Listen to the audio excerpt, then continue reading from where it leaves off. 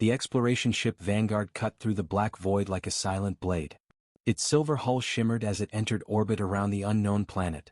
The world below was gray, lifeless, and cold, a dead sphere circling a fading sun. Inside the ship, Commander Rhea stood by the viewport, her eyes fixed on the surface below. The scanners were quiet. No signals. No movement. Not even the faint hum of magnetic activity. It was like staring at a corpse. "Report," she ordered softly. Lieutenant Hayes, the pilot, checked his console. "No signs of life, Commander. Radiation minimal. Atmosphere thin but stable. Gravity within limits." Dr. Lin, the science officer, looked uneasy. "Not even microbial traces. This planet is completely sterile. That shouldn't be possible." Rhea frowned. "Planets don't just die completely. Something must have wiped it clean." The crew exchanged nervous glances. After all, the galaxy was filled with strange worlds, but none like this. This planet didn't just look dead, it felt dead. "Prepare for descent," Rhea said. The Vanguard's thrusters fired, breaking through the thin layer of cloud. Below them stretched endless gray plains, cracked like dry skin. No oceans. No cities. Only silence. When they landed, the dust barely moved. It just hung in the air like ash. The ramp lowered with a hiss, and the first human boots touched the ground. Hayes looked around. "Feels wrong, Commander. Like the air's holding its breath." Rhea nodded. "Stay sharp. Record everything." The team began setting up scanners and drones. Each device returned the same readings. No life, no energy, no motion. Dr. Lin knelt down and scooped some of the soil into a small container. "It's not real dust," she muttered. "It's powdered metal." That made everyone stop. "Metal?" Rhea asked. Lin nodded slowly. "Yes. The whole surface might be artificial." The crew shared a look. The Vanguard systems began flickering, screens flashing static for a second before stabilizing again. "Solar interference?" Hayes asked. "No," said Lin. "Something down there just pinged us." Rhea turned to her. "Pinged us?" "Like it scanned us back," Lin replied, her voice uneasy. They continued scanning, but the readings made no sense. Beneath the surface, about 200 meters deep, something was reflecting their signals. A structure. Rhea leaned closer to the screen. "Is that metal?" "Yes," Lin said. "A large metallic formation. Too organized to be natural." Hayes laughed nervously. "Maybe it's a crashed ship." "Then where's the debris?" Rhea asked. "This planet's been untouched for centuries." That night they camped near the landing site. The stars burned cold above, and the horizon never changed. Silence stretched so long that every sound, the click of tools, the soft hum of suits, felt painfully loud. Rhea sat by the campfire generator, checking her data pad. "Still nothing," she whispered. "A dead world with a heartbeat under its skin." Dr. Lin joined her, holding a mug of nutrient broth. Maybe this planet was once alive. Maybe it had life, but something took it all away. Rhea looked up at the unmoving sky. Or maybe it's sleeping. Hours later, when most of the crew had gone inside the ship, a low sound trembled through the ground, a deep, distant grind like metal dragging under stone. Crewman Jalen froze. "Commander? Did you hear that?" Rhea stepped out, flashlight in hand. "Where?" "It came from under us," Jalen said, staring at the ground. The others joined, listening. The sound faded away, leaving the same heavy silence. "Seismic activity?" Hayes suggested. Lin checked her scanner. No tectonic movement. The ground didn't move, it resonated. Like a sound wave. Rhea frowned. "That's not natural." They returned to the Vanguard for safety. The commander replayed the ground sensors from the moment of the sound. The data showed a faint vibration, something alive with rhythm. Lin pointed at the graph. "It's repeating every 6 minutes. Almost like breathing." Rhea turned to her slowly. "Breathing?" "Yes," Lin whispered. "A cycle of expansion and compression. The ground itself is pulsing." Hayes laughed again, but this time it was forced. "So the planet's alive now?" No one answered. They spent the next few hours trying to trace the signal.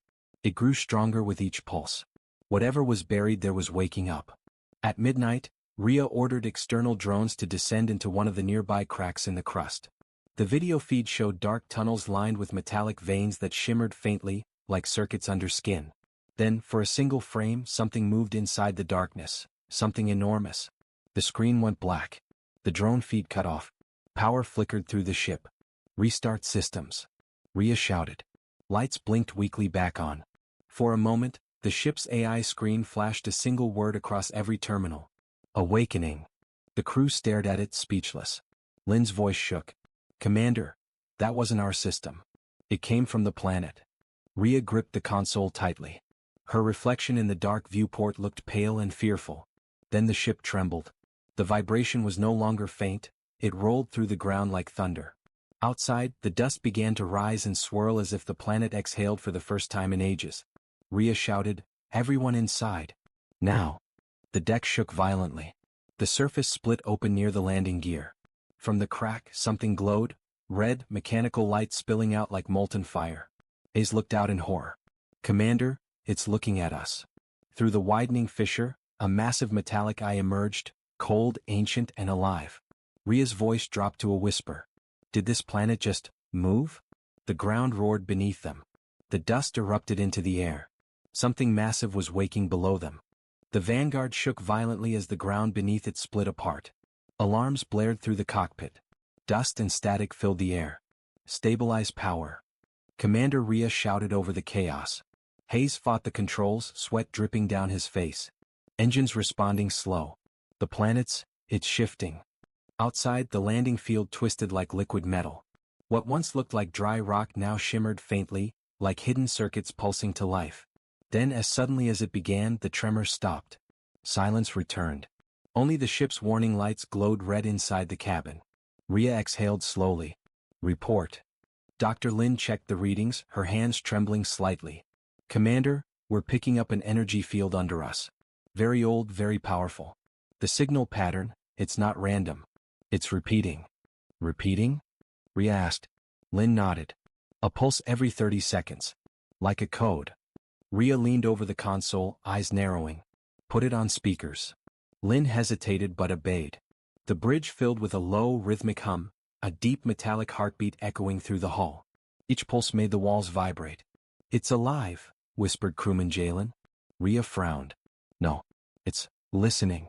The crew worked through the night, tracing the energy signals. They discovered a massive metallic structure buried 200 meters below the surface, shaped like a dome with perfect symmetry. Dr. Lin looked pale. That's not a building. It's a machine. The size of a city. Hayes rubbed his forehead. If that's a machine, then what's it doing under a dead planet? Rhea replied, maybe it's the reason the planet's dead. The silence after that line felt heavy. She turned toward Lin. Can we reach it? Only if we drill through, Lin said. But I'm not sure that's smart. We don't know what it is, or what it's doing. Rhea stared out the viewport at the endless gray horizon. We didn't come this far to turn back now. Prepare the ground drill. The next morning, the drill unit was deployed. It roared to life, biting through layers of hard metallic crust. The deeper it went, the stranger the readings became. Pressure's dropping, Lin said. And wait, the metal isn't natural. It's synthetic. Like armor plating. Keep drilling, Rhea ordered. The machine dug another few meters before the drill's tip glowed white-hot, and then melted. The entire system shut down. Smoke rose from the controls. What happened? Hayes shouted. Lin stared at the monitor in disbelief. It didn't overheat, it was melted by something from below. Then every light inside the ship flickered. The hum in the air changed pitch, rising higher, sharper. On the main console, lines of alien symbols began scrolling rapidly. The ship's translation AI tried to decode them, but the language was unknown. And then the words appeared clearly in Terran script across all screens. Awakened. Everyone froze. Rhea whispered, who sent that? No one answered. The Vanguard's lights dimmed, the air system stalled, and for 3 seconds the ship fell completely dark. In that silence the crew heard something, faint and hollow. A metallic echo from beneath them. It sounded like a voice. Hayes' hand shook as he turned the power back on. Did anyone else hear that? Dr. Lin nodded slowly. It said something, but it wasn't in any language I know. Rhea stood tall. Record everything. If this planet wants to talk, we'll listen. The hum outside grew stronger. The ground began to vibrate in a slow, steady rhythm. The surface dust started lifting again, forming strange patterns, circles, spirals, and geometric lines glowing faintly blue. Jalen looked out the window. Commander, those lines, they're forming a grid around the ship. Before Rhea could respond, one of the glowing circles opened, like an iris, and a thin beam of blue light shot straight toward the Vanguard. It didn't destroy the ship. It scanned it. Energy spike. Lynn shouted. It's analyzing our systems. The beam swept across the hull, through the walls, through their suits, like an X-ray that touched their very atoms. And then, it stopped. A new line of text appeared on their consoles. Identify human. Confirmed. Ria's voice trembled. It knows us. Lynn's eyes widened. Commander, this machine recognizes human code. It's not alien. Terran. Everyone stared at her in shock. You're saying humans built this? Hayes asked. That's impossible. There's no record. Lynn interrupted. This tech is ancient. Maybe older than our recorded history. Ria whispered, then this planet isn't dead. It's one of ours. Outside, the blue light dimmed, and the grid on the ground faded. The tremors stopped. Everything went still again, too still. The crew thought it was over. Then a low rumble echoed again, this time deeper, closer. From the crack near their landing site, dust erupted as the ground shifted outward. A section of the crust rose, revealing something huge buried beneath, a circular metal door easily 100 meters wide. Ria stepped closer to the viewport. It's opening. The giant structure groaned as layers of dust fell away. Inside, faint lights flickered like eyes waking from a long sleep. Hayes whispered, Commander, it's inviting us in. Ria didn't move. Her instincts screamed to run, but her curiosity held her still. Dr. Lynn's scanner beeped. Energy levels rising. The door is generating an atmosphere. It's creating air, for us. The commander turned to her crew. Suit up. We're going down there. Hayes stared at her. Are you serious? That thing just scanned us, Commander. It knows we're human. What if it's waiting to kill us? Ria looked back at the glowing doorway. Or waiting to tell us why this world died. The ramp lowered slowly. Warm air from the open passage flowed out, thick with the scent of metal and ozone. They stepped forward, lights shining into the dark. The tunnel walls pulsed faintly with veins of blue energy, leading deeper underground. As they entered, the ship behind them flickered once, and on its console, a new message appeared unseen by the crew. Protocol 7, initiated. Defense grid rebooting. The tunnel stretched endlessly downward. Cold blue light pulsed through the walls, lighting the explorers' faces with a ghostly glow. Commander Ria led the way, her flashlight cutting through the misty air. Every sound, their footsteps, the soft hiss of their suits, echoed back like whispers. This place feels alive, said Lieutenant Hayes, glancing at the walls. Like it's breathing with us. Dr. Lynn stopped to examine a panel of strange symbols etched into the metal. These markings, they're old Terran script, but mixed with something else. Ria turned to her. Terran? Are you sure? Lynn nodded. The alphabet is human, but the structure, this isn't something we designed. It's like our language evolved from this. Ria frowned. Then whoever built this place came before us. As they went deeper, the tunnels widened into massive halls filled with towering machines, dark silhouettes stretching into the shadows above. Some were humanoid. Others were vast, insect-like constructs made of steel and crystal. Their surfaces glowed faintly as if remembering light after a long sleep. Jalen whispered, Are they statues? Lynn checked her scanner. No. These are energy reactors, wrapped in armor. They were built for war. Ria stepped closer to one of the giant machines. Its armor was marked with old Terran military symbols, worn but still visible. She brushed the dust away and read the inscription beneath. Project Sentinel, Unit 01. Her heartbeat quickened. Sentinel, that was an ancient defense project. Pre-Exodus era. Hayes blinked. You mean from before humanity left Earth? Lynn's scanner beeped sharply. Commander, power signatures are climbing. These machines, they're charging up. Before Ria could respond, a sudden blast of cold air rushed through the chamber. The floor shook. Lights blinked across the machines like awakening eyes. Hayes raised his weapon instinctively. We triggered something. Ria held up a hand. Hold fire. A low hum filled the air. The machines began moving, not to attack but to reposition. Their heavy limbs clicked and locked into place. They turned toward the humans and froze again, motionless. Lynn whispered, They're scanning us. The ground below vibrated with a mechanical voice, deep and ancient. Identify. Human. Confirmed. The sound echoed through every corridor, shaking the dust from the ceiling. Ria looked at her crew, speechless. It knows who we are. Another voice, softer, almost human, followed. Time lapse, 46,000 years. Status, humanity, absent. Lin's eyes went wide. 46,000 years? It thinks humans disappeared. Hayes whispered, maybe we did. Maybe this place was sealed before we rebuilt civilization. The main console in the chamber came alive, glowing with Terran symbols. Rhea approached slowly. Commander, Lin warned, we don't know what system this controls. Rhea placed her glove on the console anyway. The metal beneath her hand felt warm, almost alive. The screen brightened and projected a holographic map of the galaxy. Several systems blinked red. The machine's voice returned. Defense grid, dormant. Enemy presence, unconfirmed. Awaiting command authority. Hayes stared in disbelief. It's waiting for orders, from humans? Rhea spoke softly. We found an old Terran fortress. Lin added, not just a fortress, this is a defense planet. Everything here was built to fight. The hologram flickered again. This time they saw battle logs, thousands of them. Images of massive fleets, alien warships, and burning worlds flashed one after another. One line appeared in bold. The last command, hold until humanity returns. Rhea took a step back, her voice barely a whisper. It's been waiting for us all this time? Then the hum changed. The lights in the walls flared bright white.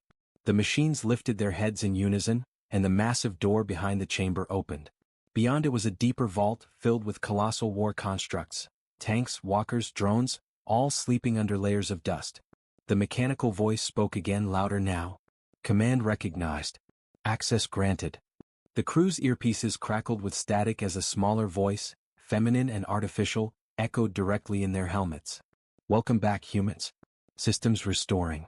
War protocols, reactivating. Lin panicked. Commander, it's rearming itself. We need to stop this. Rhea shook her head. We can't. It's following its programming. Hayes shouted, programming to fight who? There's no war anymore. But deep inside the vault, machinery roared to life. Old reactors hummed. Dust turned to mist as heat flooded the air. The planet itself began to rumble again. Lin stared at the energy readouts. Power levels climbing beyond safe limits. It's waking everything. The mechanical voice declared one final message before the lights dimmed to blood red. Protocol 7, enemy presence detected. Activating global defense system. Rhea looked at Lin in horror. It thinks we're under attack. They ran back through the tunnels, their flashlights bouncing off the glowing metal walls. The hum followed them, rising louder, faster, like the heartbeat of a machine god. When they reached the surface, the landscape had already begun to change. Giant cracks spread across the ground. Metallic towers rose from beneath the crust, glowing with ancient Terran insignia. Hayes stumbled backward. The planet's transforming. Rhea stared at the horizon, wide-eyed. No, it's arming itself. Lin checked her scanner one last time. Commander, the grid is connecting to orbital defense weapons. I think the planet's turning itself into a war machine. Rhea whispered, then this isn't a world. It's a soldier. Above them, the sky flashed white as several beams of energy shot into orbit. The old Terran fortress was no longer silent. The machines of the dead had returned. Suspense end. As the crew raced back to the Vanguard, their ship's communication system crackled with an incoming signal, ancient and distorted, yet unmistakably human. A voice whispered through the static. Terran defense grid online. Awaiting enemy coordinates. Rhea froze. Her heart pounded. She whispered, someone, or something out there, just gave it orders. The next morning, the crew gathered around the Vanguard's holographic table. The map displayed the underground network they had discovered, a maze stretching miles deep. Every line pulsed faintly as if energy still flowed through it. Lieutenant Kale frowned. This can't be natural. These tunnels look constructed. Commander Rhea studied the display, her jaw tightening. If this planet was ever alive, someone built this world long before us. Silence filled the cabin. The only sound was the low hum of the Vanguard's reactors. Outside, the gray sky was unmoving, the dust untouched by wind. The world looked dead, but the reading said otherwise. Rhea made her decision. We send drones down. If something's beneath us, I want to see it. The drones descended through a narrow crevice discovered near the camp. Their lights cut through thick dust and shadows, revealing walls made of black, metallic stone, smooth, carved, and covered with faint glowing symbols. Kale's voice echoed through the comms. Commander, the walls are humming. Rhea leaned closer to the monitor. Humming. Yes, like they're alive. Then the sound came through the feed, a deep, rhythmic vibration like a slow heartbeat echoing through rock. Each pulse made the drone's lights flicker. Pull them back, Rhea ordered, uneasy. But before Kale could react, one of the drones jerked violently. The camera spun, dust exploded, and something moved in the dark. A massive shape, hidden by shadows, shifted for the first time in ages. Then the feed went black. The crew stood frozen. No one spoke for a long time. Lieutenant Juno finally whispered, "Was that a creature?" Rhea didn't answer. She just stared at the blank screen. The silence of the planet suddenly felt heavier, like they had disturbed something that shouldn't be touched. Hours later, a low tremor rolled through the ground. The Vanguard shook. Tools fell from tables. Kale shouted, "Ground movement detected. Epicenter, directly below us." Outside, the dust around the ship began to rise and swirl. The gray soil cracked open in jagged lines, glowing faintly blue from within. Rhea barked, "Engines online now. Get us in the air." But the ship's power flickered. Consoles dimmed. Something below was draining their energy. Through the viewport, Rhea saw the cracks widen. Something enormous was pushing upward. The ground split apart, and a massive metallic structure emerged, covered in layers of dust and stone. It wasn't rock. It was a machine. The ancient construct rose like a buried titan, its surface glowing with blue veins of light. Kale's voice trembled. "Commander, that thing's bigger than a city." Then it moved. The structure began shifting, rotating parts clicking into place, revealing a circular core at its center. From that core came a deep, mechanical sound, like a voice trying to wake after 1,000 years. "Energy surge," Juno shouted. "It's powering up." The crew felt the vibration through their bones. Every system on the Vanguard went haywire, alarms blaring, screens flashing. The machine's voice grew louder, distorted but clear enough to make them freeze. "Human signature detected. Protocol resumed." Rhea's eyes widened. "Human? How does it know us?" No one had an answer. The galaxy had found this planet lifeless centuries ago. There were no records of any human colony here. The ground around the machine cracked again, and smaller constructs began rising, sphere-shaped drones with red scanning eyes. Kale shouted, "Multiple contacts, closing in fast. Shields up." Rhea ordered, but the ship barely responded. The ancient signal interfered with their systems, locking their controls. Through the viewport, they watched as the metallic drones hovered closer. They made no sound, only the faint hum of energy pulsing through them. One of them stopped near the Vanguard's hull and projected a beam of red light over the Terran insignia painted on the ship. It paused. Then, as if recognizing it, the drone powered down its weapon. The others followed. The air went still again. "Commander," Kale whispered, "they're not attacking." Rhea stared outside, her heartbeat racing. They were waiting. For us. Before anyone could respond, the massive machine below emitted a pulse of light that covered the whole valley. Every system aboard the Vanguard shut down. The crew fell into darkness. Then the machine's voice returned, louder this time, vibrating through the hull. "You have returned, after the fall." The dust outside lifted into the air, swirling in patterns like it was alive. The crew could only watch as glowing symbols appeared across the planet's surface. Lines of energy connecting mountains, valleys, and craters. The dead world wasn't dead anymore. Rhea whispered in disbelief, "We didn't wake a creature. We woke the planet itself." Suspense ending. The final tremor hit with the force of an explosion. Outside, the colossal structure began to rise completely, revealing legs. It wasn't a buried base. It was a sleeping war machine older than human history, and it had just recognized its creators. The commander's voice trembled as she spoke into the comm. "Vanguard to command, we need evacuation. Now." But no response came. Only the ancient voice repeated, echoing through the dark sky. Protocol resumed. The ground had stopped shaking, but no one on the Vanguard dared to move. Darkness filled the ship. The only light came from faint blue symbols flickering across the metallic ground outside. Commander Rhea gripped her chair. "Status report." No one answered at first. Then Kale's voice broke the silence. "Systems are down, Commander. No power, no comms. Even our backups are dead." Juno added, "It's like the whole planet is interfering with us." Rhea looked through the viewport. The enormous machine, the same one that had risen from beneath the ground, now stood half buried in the distance, glowing like a giant heart. Its surface pulsed with energy, each wave spreading across the planet's surface. And then, The ship's console flickered to life again. The main screen displayed strange symbols, curved lines and circles, before they slowly rearranged into something terrifyingly familiar. English text detected. Human language, confirmed. Protocol, reactivation. Kale's eyes widened. It's reading our language. The ship shuddered again. The machine outside emitted another deep vibration, and this time, a holographic image appeared inside the Vanguard's bridge. It wasn't an alien. It was human.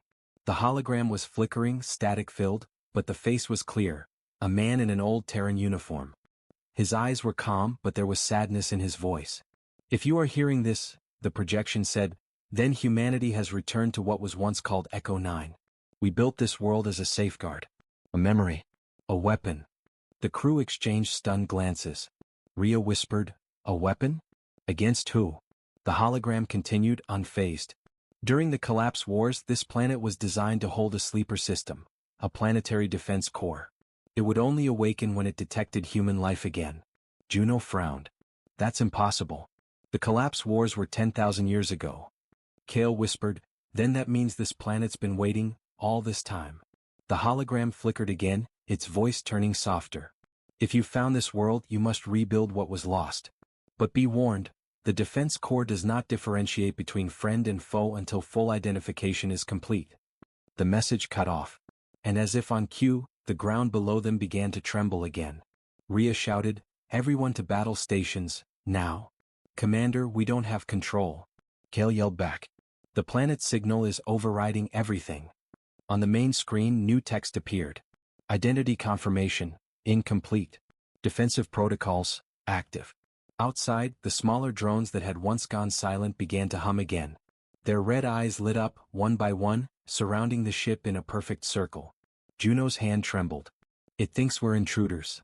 Rhea clenched her fists. No. It just doesn't recognize us yet. She turned toward Kale. Can you access the Vanguard's archives? Anything with old Terran codes. Kale started typing furiously, but the console kept freezing. It's fighting me. It's like the planet doesn't want us to interfere. The hum outside grew louder, becoming a deep metallic roar. Then, without warning, beams of light shot from the drones into the sky, thousands of them forming a glowing network above the planet. Juno gasped. It's transmitting. But to who? Rhea's voice dropped to a whisper. Or to what? The entire sky began to shift colors, from gray to dark blue, then to burning orange. Lightning flashed across the horizon, spiraling in strange patterns. The planet itself was coming alive. Then the voice returned, louder and more mechanical this time. Identify human command. Response required. Rhea took a deep breath. This is Commander Rhea of the Terran exploration ship Vanguard. Identify yourself. Silence.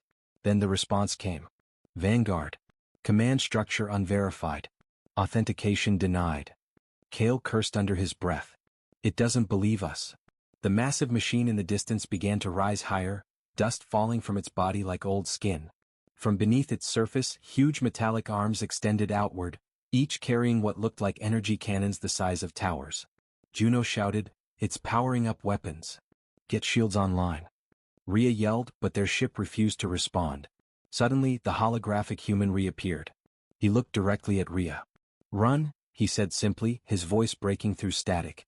You were never meant to wake it this soon. Then he vanished again. Outside, one of the massive cannons turned, aiming directly at the Vanguard. Kale's voice was shaking. Commander, it's targeting us. Rhea shouted, full thrusters, manual override. Get us off this rock. The engines screamed, fighting against the interference. The ship lifted, dust blasting in every direction, just as a blinding beam of light tore through the ground beneath them. The blast missed by only a few meters, but the shockwave sent the Vanguard spiraling into the sky. Panels burst, alarms screamed, and the ship tumbled into the upper atmosphere. Juno shouted, we're losing control. Rhea gritted her teeth, forcing the controls forward. Hold it. Don't let it pull us down. But as they climbed higher, the planet's glow followed them, lines of light crawling up mountains and valleys like veins. From orbit they could see the full pattern. The planet wasn't just a weapon. It was shaped like one giant machine, built to destroy anything that didn't belong. As the Vanguard finally broke free of the atmosphere, Kale gasped. Commander, you need to see this. He pointed to the radar screen. Dozens of signals had appeared in orbit, metallic objects rising from the planet's surface, following them. "They're coming after us," Juno said, fear in her voice. Rhea stared out the viewport at the glowing world below. The dead planet had awoken, and now it wanted something. "What does it mean, protocol resumed?" Kale asked quietly. Rhea looked down at the swirling lights forming across the surface of the world. Her voice was low, filled with dread. "It means whatever war this planet was built for just started again. Suspense ending." The holographic face flickered once more on their screen, smiling faintly before fading. "Welcome back, humanity," it said. "Target reacquisition complete." And then every drone, every machine, and the planet itself aimed skyward. At the Vanguard. The stars above the silent planet flickered like dying embers. The Vanguard drifted just beyond the atmosphere, its engines barely holding. Smoke filled the bridge. The crew looked down in stunned silence at the world below, no longer gray and lifeless but glowing with rivers of blue fire. Lieutenant Kale wiped blood from his forehead. "Commander, we can't take another hit. Our hull is cracking." Commander Rhea stood at the center console, eyes fixed on the swirling planet beneath. Every mountain, crater, and canyon now pulsed with synchronized light, like veins feeding a colossal heart. The planet was fully awake. And it was alive. Juno's voice trembled. "The drones are closing in. 30, no, 50 signatures. They're forming a ring around us." Rhea gritted her teeth. "Open a comm channel to the planet. Maybe it can still recognize us." Kale shook his head. "We tried, Commander. It's ignoring all transmissions." "Then boost the old Terran codes," Rhea ordered. "Everything we've got in the archives." Kale's fingers raced across the console, typing in ancient command sequences from humanity's forgotten age. For a moment nothing happened. Then, signal received. The ship fell silent. A holographic light filled the bridge again. The same man appeared, flickering, half-broken, but this time his image was larger, clearer. His uniform was that of the 1st Terran Defense Corps. His nameplate read, Admiral Corin Vale. "Who are you?" Rhea demanded. "What is this place?" The Admiral's hologram turned slowly toward her. "This planet was humanity's last shield," he said. His voice was deep, steady, but carried the weight of sorrow. "When the galaxy turned against us, when the great alliance we built betrayed Earth, we built Echo 9 to remember." Kale frowned. "Remember what?" The Admiral's expression darkened. "Our rage." The bridge went cold. He continued, "When Earth fell, when her skies burned, we sent the core worlds one final message. They laughed. They said humans were gone forever. So we built this, a planet that would awaken only when humanity returned, to finish the war they started." Juno whispered, "So the war machine isn't attacking us because it hates us." Rhea finished, "It thinks it's protecting us." The hologram nodded once. "Yes. But to the core AI, time never passed. It still believes humanity is under siege. It will not stop until the galaxy is silent again." Outside, the planet pulsed brighter. The drones stopped circling and aligned themselves in a perfect formation, pointing toward the stars. Kale's sensors lit up. "Commander, it's charging something massive." Rhea turned to the hologram. "How do we stop it?" "You can't," the Admiral replied simply.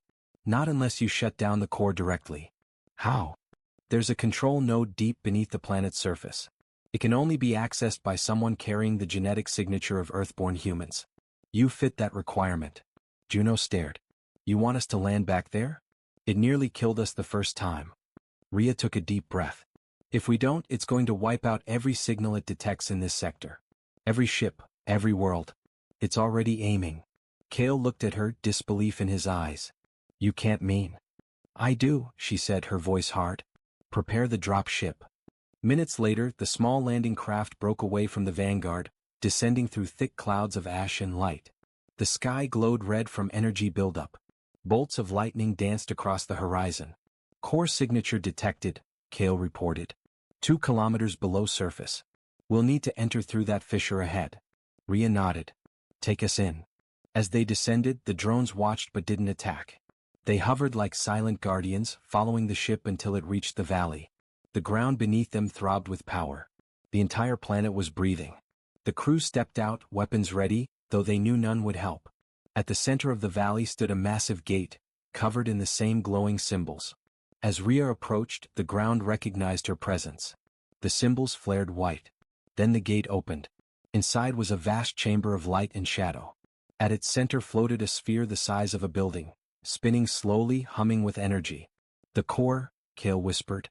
As they approached, the holographic admiral appeared again beside the sphere. His face was solemn now. "This is where it ends. Touch the core, Commander, and it will recognize your living DNA as command authority. But understand this, doing so will erase me. The memory, the rage, all of it." Rhea hesitated. "You said this planet remembers us." "Yes," the Admiral said softly. "But memories fade for a reason.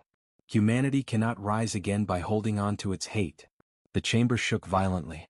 The sphere's light grew brighter, preparing to fire. Kale shouted, "It's beginning the sequence. Commander, do it now."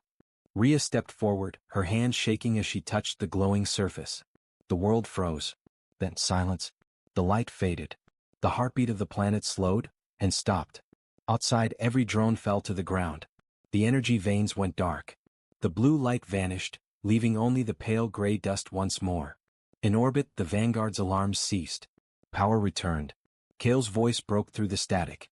"Commander, you did it." Rhea looked up at the hologram one last time. The Admiral was smiling faintly. "Humanity's strength was never in its machines," he said. "It was in its mercy." His image flickered, then dissolved into thin air. Hours later, the Vanguard lifted off from the surface.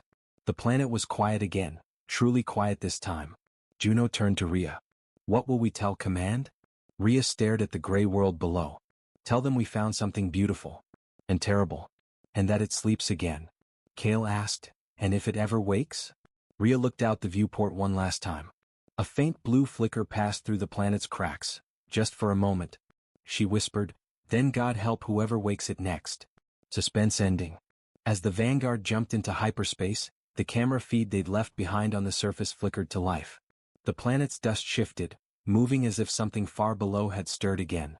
Then a cold, mechanical voice whispered through the empty chamber. "Protocol, archived. Awaiting next signal." And far away in deep space something heard it, and answered.